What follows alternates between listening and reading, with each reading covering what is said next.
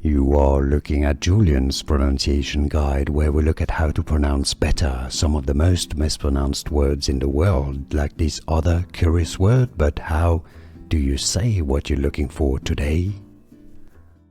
Let's learn how to pronounce the name of this event that does take place in Miami Beach, I believe, the biggest art fair in the United States. And I know it confuses a lot of people. Art Basel. Yes, if you want to learn names from arts, names of artists that are very confusing, I've got videos for you. But remember this one, art, that would be American English pronunciation.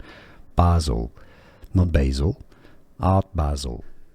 Here are more videos on how to pronounce more confusing words and names too many mispronounced. Like this video if you found it useful. I appreciate your support. I'll see you soon and thanks for watching.